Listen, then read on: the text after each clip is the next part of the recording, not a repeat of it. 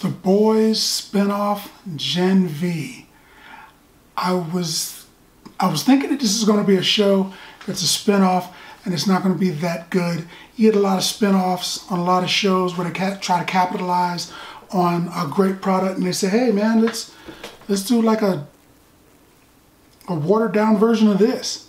Or let's follow this particular character and see what their life is like.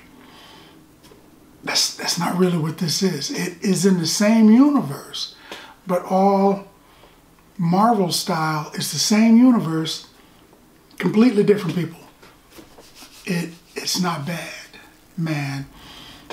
And I figured much like The Boys, it was just going to be a bunch of blood and guts and, you know, sex and what have you. But this is a murder mystery, which you know, took me by surprise because I was expecting one thing and they're like, nah, man, it's a murder mystery. And I was like, okay, all right, okay, I can dig that. The story starts off with a young lady named Marie who discovers her abilities. You know, the Boys universe is heavily ripping off DC and Marvel. And in this, it's no different. A young lady discovers her powers by killing someone accidentally.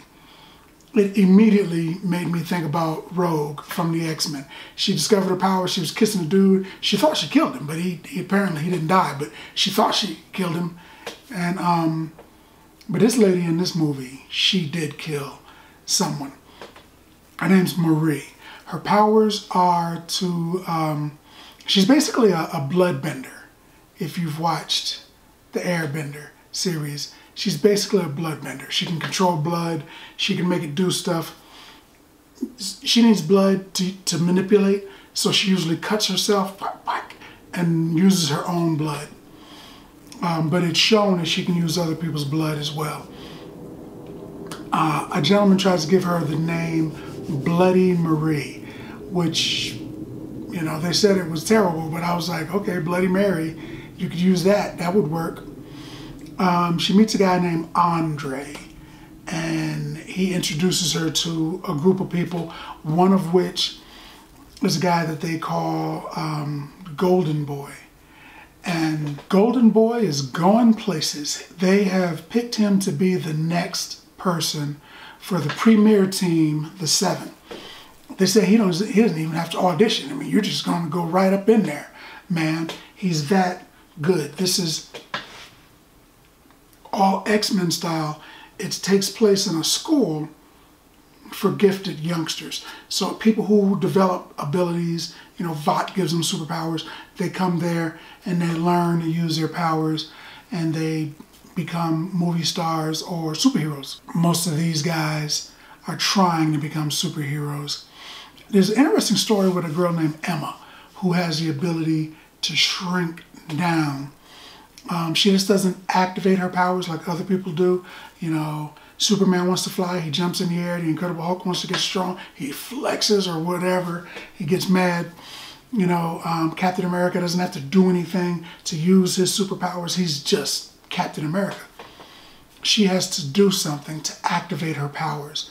And that was kind of interesting because it was a different look for her, a different take on a superpower thing. Another interesting character is a person named Jordan. And Jordan is a trans person, but with the superhuman ability to be an actual trans person with his own thoughts. He wakes up, he's a guy. Changes his mind a few minutes later, he's a woman. He changes his mind a few minutes later, he can become an Asian person, a Caucasian person, an African American person. And he can become anybody. He can also become male or female. Apparently, he is 100% male or female as displayed in this show. You can take a guess of what that means. Jordan seems interesting too because not only does he have the ability, or she or they have the ability to transform from male to female and from different nationalities. But apparently Jordan is completely indestructible. Just can't be hurt, can't be damaged. So that's kind of cool. I think Jordan is going to be an interesting character. They're building up a really interesting thing. There's a woman named Kate, and Kate has the ability, if she physically touches you, she can control your mind, man. She can make you punch yourself in the zipper and scream Jumanji. This happens. She can do that if she wants to. And I was thinking, she was dating Golden Boy. But he is the golden boy. He's the number one guy here.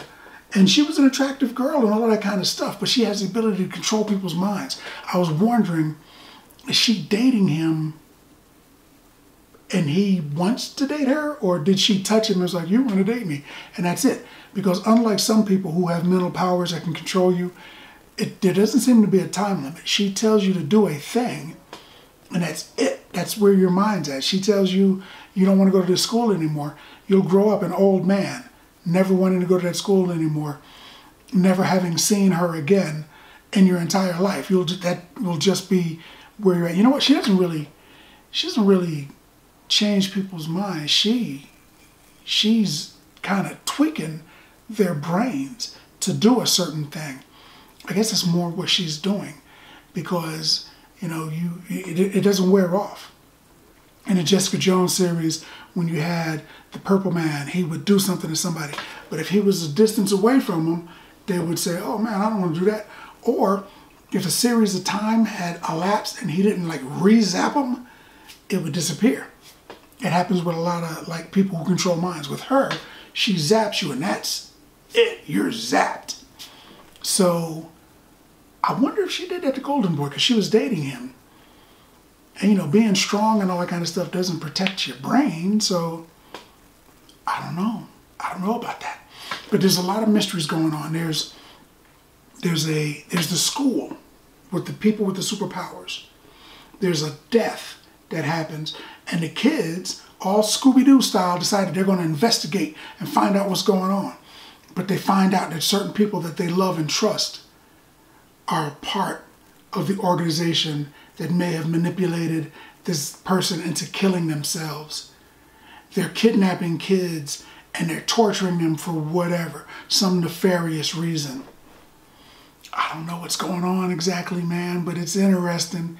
It is very interesting, especially now that I know it's more than just blood and guts and people punching each other and stuff. They don't have, Billy Butcher on this one, so they don't have anybody that they can fight with. They need a new villain.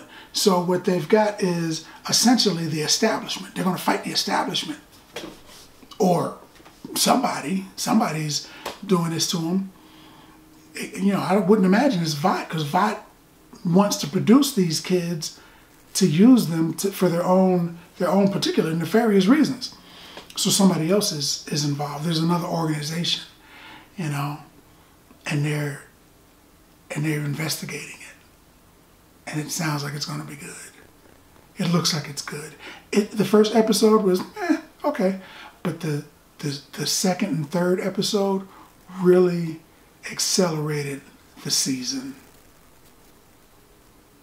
so much that I would give Gen V, at least so far,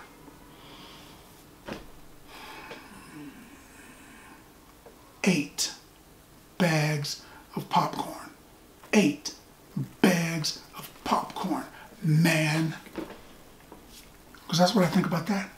More importantly, what do you think about that? Now that we had a chance to look at the video, let's talk about it in the comments. And as always, if you like the video, if you like the content, subscribe. And then like. Popcorn passport. Get your popcorn passport.